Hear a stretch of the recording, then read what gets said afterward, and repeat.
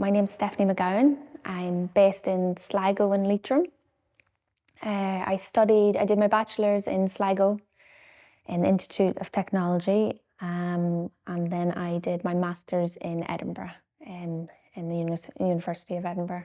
When I started my bachelor's, I was more focused on painting, but then that soon kind of transformed into expanding painting in installation and just anything I could really get my hands on. I spent most of my time in scrapyards and second-hand shops, and just everything just had to be big. But my work has slowly and progressively got smaller and I suppose more contained in a way, but that's to do with becoming a mother and just working whatever way I could.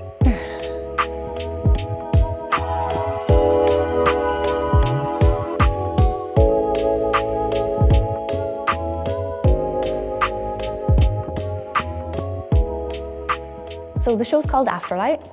As I was working on these works that were all about memories, it just seemed important to use Afterlight as the title.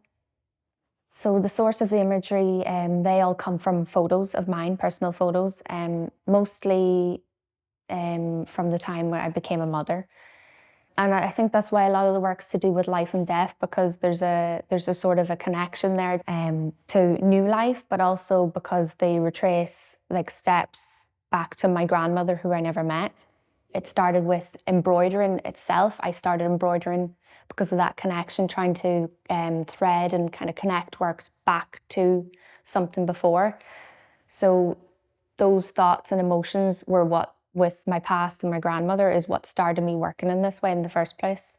I tend to go for earthy colours. I think going back to then again, speaking about the stuff of my grandmother, and that I was always influenced by the colours that was in those photos. So it was kind of like 70s era, kind of ochre, those type of mauve-y kind of like that kind of colour.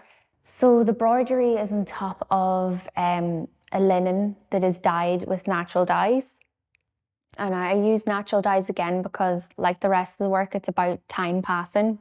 And I like to think that the work, while it's being dipped in natural substances from the particular time when it's being dipped, is another position in time and another layer to the work. I like to leave the back of the works uncovered, not covered. Even all of the framed works, they've all been framed purposely so that the backs can be seen as well. I just think it's important to be able to retrace the steps. One of the pieces in the show was a large pencil drawing, and it took place over, I want to say 3 months. It was done like little markings, painstakingly. I would do little sections when I had time, as I had time. And I would stop and go, and the pencil would change every session I would have.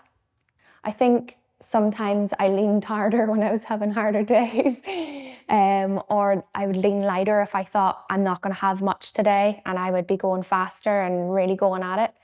Sometimes they went a wee bit wonky and I tried to correct it, but then after a little while I kind of thought, that's just a part of the drawing, and it's just the way the time went.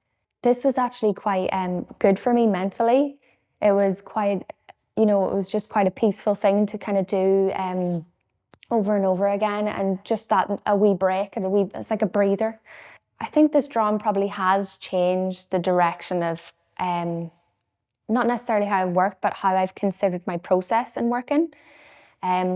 Before I started that, I don't think I completely realised how important it was that the time in my process and what that meant to me in making.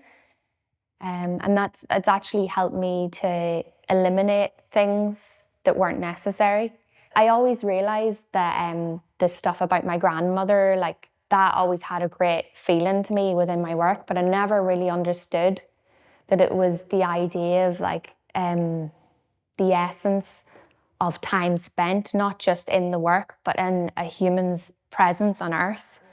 And even though I never really knew her, I felt her presence by looking at the things that belonged to her. Having a solo show for me, I didn't have a studio space, so I've never seen any of this work hung together. I've only seen it, sitting beside a table or something. So it's been amazing just to be able to see it have a life and interaction with each other. The only way to do that is to have the experience of showing it. And really, it finishes the work. The work's not complete until, for me, I always thought that, it's not complete until it's in a space.